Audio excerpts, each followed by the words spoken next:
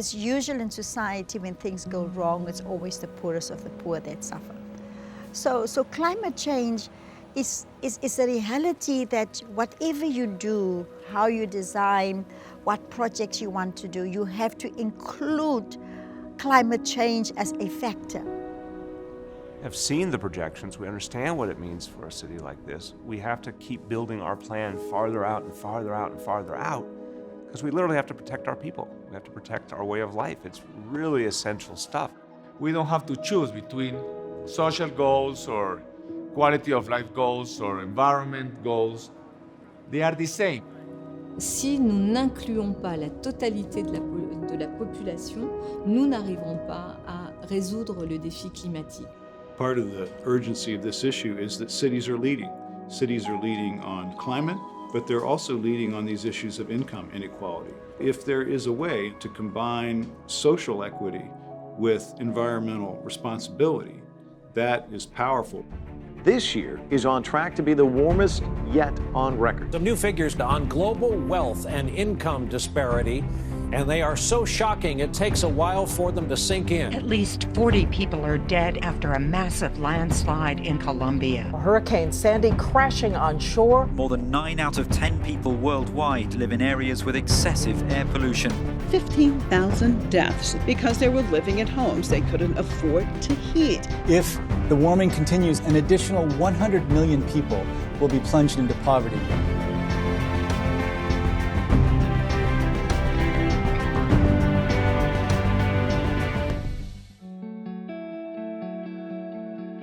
We're a coastal city.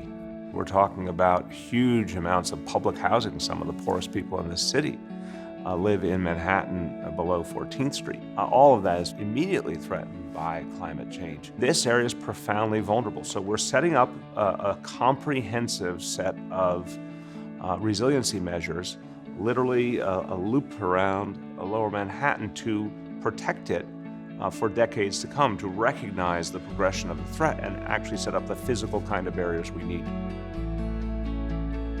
I think it's dual purpose.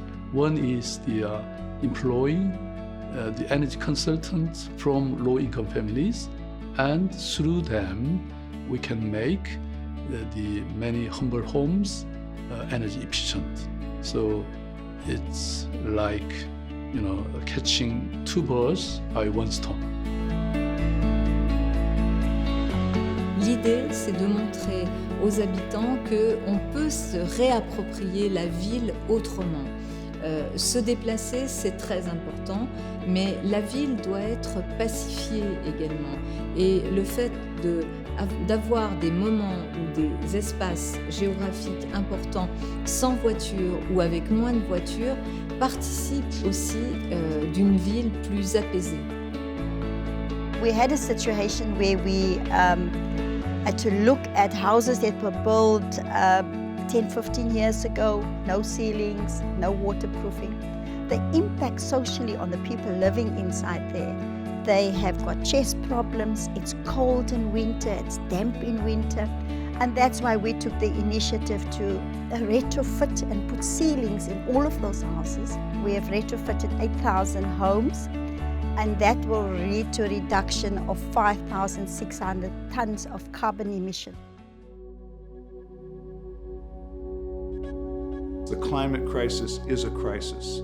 It is the most significant fundamental crisis that we will face as people. But there are real opportunities in climate responsibility. You know, we have to accept the past and we have to honor the past. But I'm a strong believer that you can design your own future.